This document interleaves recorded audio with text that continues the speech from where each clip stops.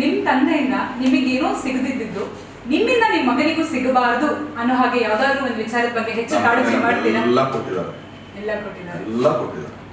ಸಮಯ ಸಮಯ ಒಂದೇನಂದ್ರೆ ಪಾಪ ಬಡಪಾಯಿಗಳಮ್ಮ ಅವರು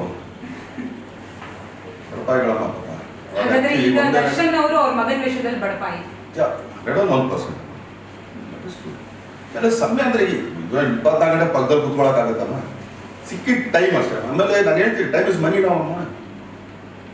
ಹೌದಲ್ವ? ಮತ್ತೆ ಆದ್ರೂ ಈಗ ಪ್ರತಿಯೊಬ್ಬರಿಗೂ ಒಂದು ಸಣ್ಣ ಸಣ್ಣ ಆಸೆ ಅಂತ ಇರುತ್ತೆ. ತುಂಬಾ ದೊಡ್ಡ ಮಟ್ಟಕ್ಕೆ ಇವಾಗ ಹೋಗ್ಬೇಕು ಅನ್ನೋದಕ್ಕಿಂತ ಚಿಕ್ಕ ಚಿಕ್ಕ ವಿಚಾರಗಳಲ್ಲಿ ತೃಪ್ತಿ ಅನ್ನೋದು ಸಿಗುತ್ತೆ. ನಿಮಗೆ ಹೇಗೆ ಅಂದ್ರೆ ಹೊರಗೆ ಬರ್ತಿದ್ದ ಹಾಗೆ ಬೆಲ್ಲಕ್ಕೆ ಇರುವೆ ಮುತ್ಕೊಂಡ ಹಾಗೆ ಫ್ಯಾನ್ಸ್ ನಿಮ್ಮನ್ನ ಆವರಿಸ್ಕೊಳ್ತಾರೆ. ಈ ಮಧ್ಯೆ ಎಲ್ಲೋ ಮಗನ ಜೊತೆ ರಸ್ತೆಲಿ ಆರಾಮಾಗಿ ಕೈ ಹಿಡಿದು ನಡ್ಕೊಂಡು ಹೋಗ್ಬೇಕು, ಒಂದ್ ರಸ್ತೆ ಬದಿಲಿ ಒಂದು ಪಾನಿಪುರಿ ತಿನ್ಬೇಕು, ಈ ಸಣ್ಣ ಸಣ್ಣ ಆಸೆಗಳು ಇಳಿಯೋದಿಲ್ಲ, ಎಲ್ಲೋ ಅಡ್ಡಿ ಆಗ್ತಿದೆ ಅಂತ ಅನ್ಸುತ್ತಾ? ಅವೆಲ್ಲ ತಲೆಗೆ ಯೋಚನೆ ಬಹಳ ಕಷ್ಟಪಟ್ಟು ಇಷ್ಟಪಟ್ಟು ಈ ಸ್ಥಾನಕ್ಕೆ ಬಂದಿದ್ದೀನಿ. ನಮ್ಗೆ ತುಂಬಾ ಇಷ್ಟಪಟ್ಟು, ನಾನು ಯಾವತ್ತೂ ರಿಗ್ರೆಟ್ ಅಂತೂ ಮಾಡಲ್ಲಮ್ಮ.